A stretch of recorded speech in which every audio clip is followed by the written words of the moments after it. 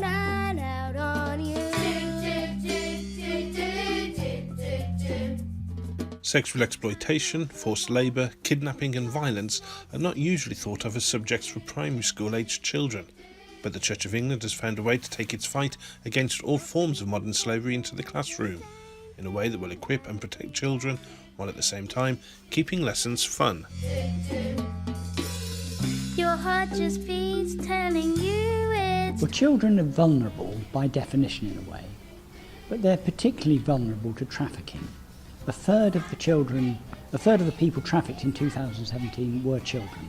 10 million children worldwide are in slavery. So it's happening.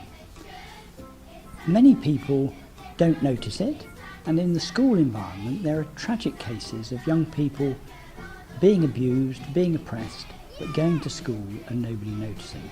What we hope this initiative will do is two things.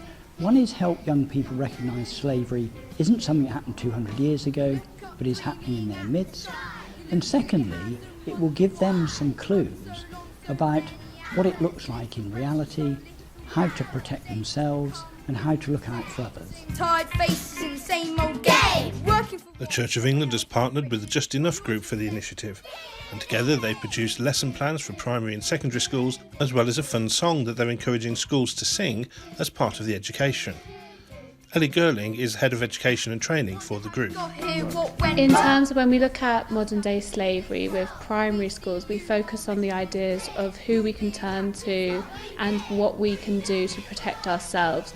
We don't go into the details of things such as sexual exploitation because it can be very scary, but to help the children understand the signs of when someone might be trying to convince them to do something that they're not meant to be doing, or if someone's going to contact them online, or what might happen in terms of those sorts of aspects of it, because the idea of what we talk about in the lessons is about empowering the children and making sure that they know how to protect themselves and what to do, rather than getting scared or shocked. We never scare or shock the children, that's never the idea. It's about telling them what's happening and then what they can do about it, and giving them that safe space to talk to their teachers, to talk to their parents. I think the fact is children are vulnerable. There is a lot of darkness and sin and wickedness in the world, and it'd be wrong to kid children that wasn't so. I think the art is how you handle it. And if you look at our materials on our Clewer website, for instance, the Clewer Initiative, if you look at this freedom song that we're inviting schools to record a version of and have a national competition, we're trying to make it fun as well as serious. That's how young people learn. The scheme is funded by the Clewer Sisters, an Anglican community of nuns founded in the 19th century to help women out of prostitution. Sister Anne is one of just 2 surviving members of the community and says she's pleased that its assets are being used for the sisters' original purpose. We feel it's being used very wisely, that Bishop Alistair has a vision and is able to put it into practical terms.